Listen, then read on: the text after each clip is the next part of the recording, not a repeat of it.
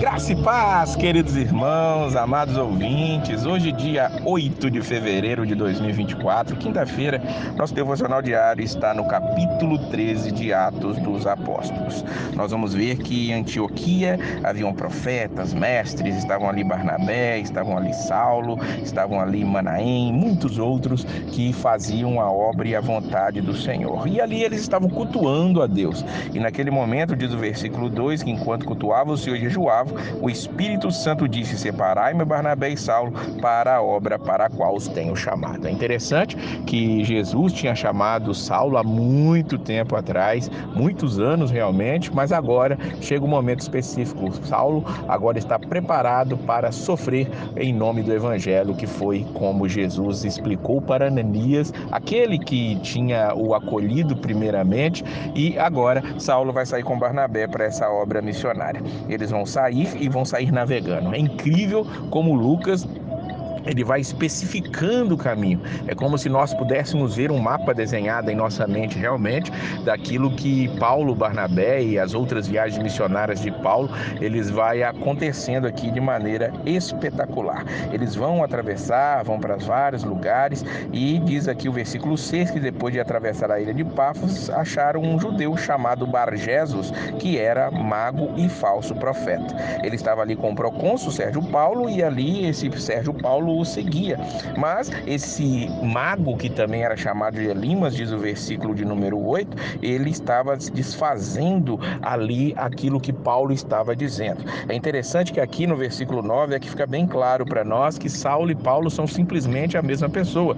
Muitos têm a ideia de que assim como Deus tinha mudado o nome de Jacó para Israel, de Abrão para Abraão, ele tinha mudado o nome de Saulo para Paulo. Existe até um hino da harpa cristã que diz que transformou Saulo em um Paulo, mas não. Olha o versículo 9. Todavia Saulo, também chamado Paulo, cheio do Espírito Santo, fixando os olhos nele, disse: ó filho do diabo, cheio de todo engano, de toda maldade, inimigo de toda justiça, não cessará de perverter os caminhos retos do Senhor?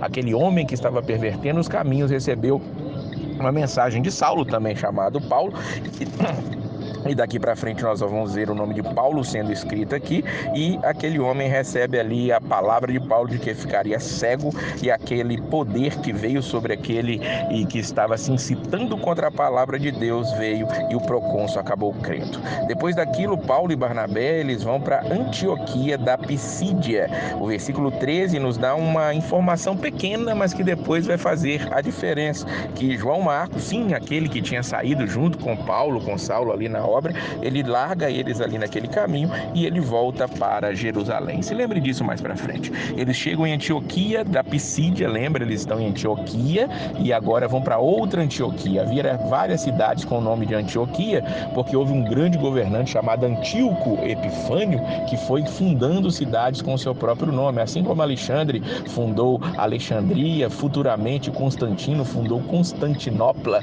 e César tinha fundado as Cesareias, os governantes gostavam de colocar os seus próprios nomes na cidade. Eles entram ali e vão para uma sinagoga para poder pregar. É interessante nós percebermos isso aqui.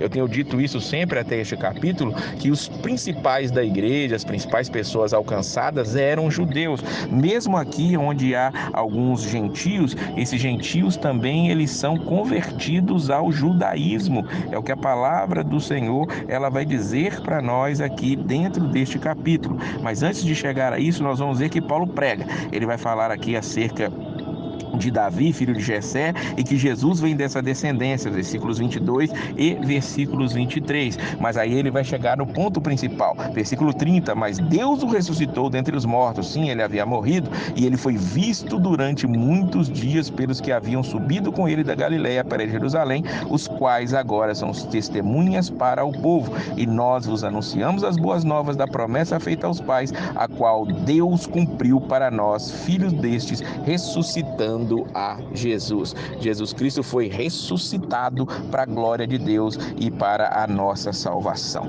Eles pediram para Paulo ficar um pouco mais de tempo com eles ali para poderem estar, porque Paulo estava pregando agora algo novo. Eles estavam entendendo aquilo. Lembremos que eles estão longe de Jerusalém, aqui em Jerusalém, que havia toda aquela perseguição na região da Judéia, mas aqui nessa cidade distante ainda não havia essa perseguição.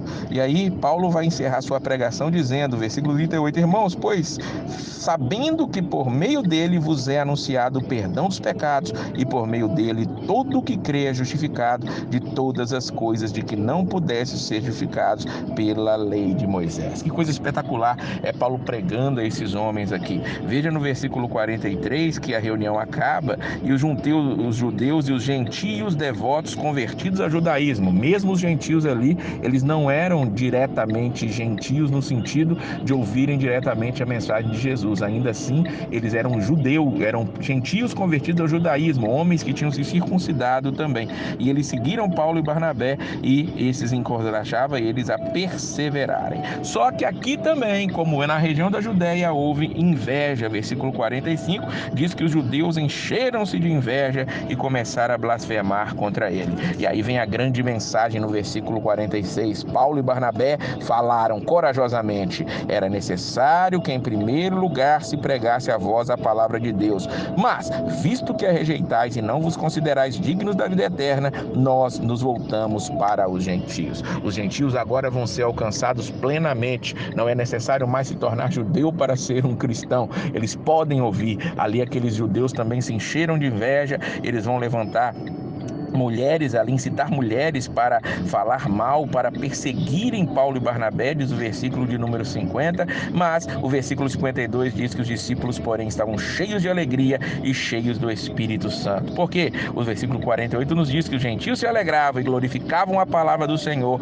e todos os que haviam sido destinados para a vida eterna creram. Aqui, mais uma vez, Paulo está dizendo, Lucas está relatando que aqueles que estão destinados à vida eterna, ouvindo a palavra, necessariamente crerão. Você é um destinado à vida eterna? Se é, tenha certeza, essa palavra está batendo fundo no teu coração agora. Entregue tua vida para Cristo, porque não há nenhum outro nome debaixo do céu, no céu ou debaixo da terra, por qual devamos ser salvos a não ser pelo nome de Jesus. Que Deus abençoe a sua vida poderosamente e a paz